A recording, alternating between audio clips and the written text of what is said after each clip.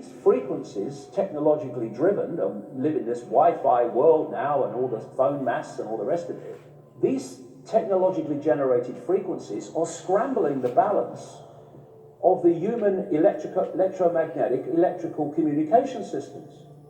And if you scramble them, you create a state of disharmony, dis-ease, which plays through to physical and mental, emotional, psychological dis-ease. And there's another point to this. The brain processes information electrically. It communicates with the cellular structure electrically, and it operates within a certain band of frequency. If you can broadcast frequencies carrying information, this technology has long been known, carrying information and perceptions within the frequency that the brain decodes information, the brain will decode those frequencies and will have those perceptions. You can influence people's perceptions externally by broadcasting these frequencies that we interact with because we are antenna. Now, some decades ago,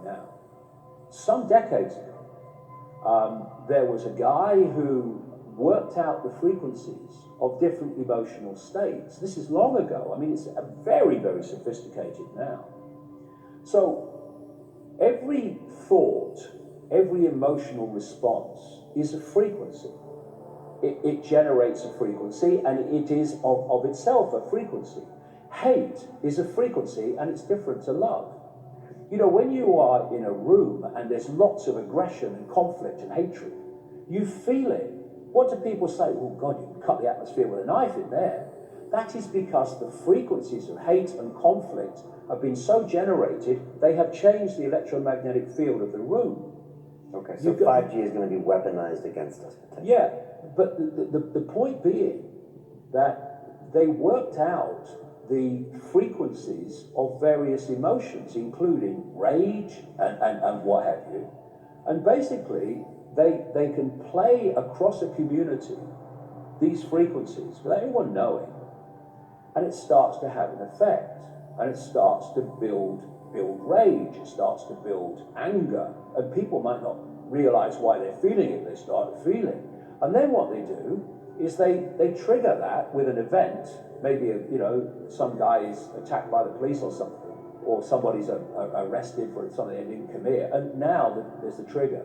The blue touch paper has been lit of this manufactured frequency-driven rage, and you have mass riots and what have you, and people do things that they wouldn't normally do. And you can make people depressed. You know, the American military, they've admitted this. They have technology that fires frequencies at the enemy that basically breaks the enemy's spirit so they give up and put their weapons down.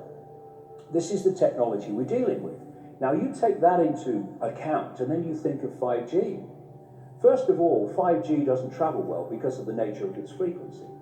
So instead of big towers, as we have now, broadcasting these frequencies long distances, it won't do that. And it doesn't go through solid objects, what we call solid objects, very well either.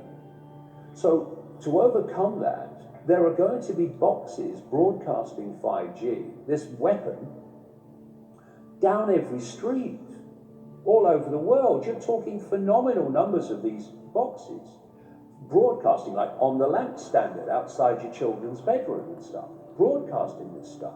There's no way you'll be able to go where you'd be in a field of 5G. And another interesting thing, I don't know whether you noticed this, but the story broke first of all in Sheffield, when the council started cutting down literally thousands and thousands and thousands of mature trees in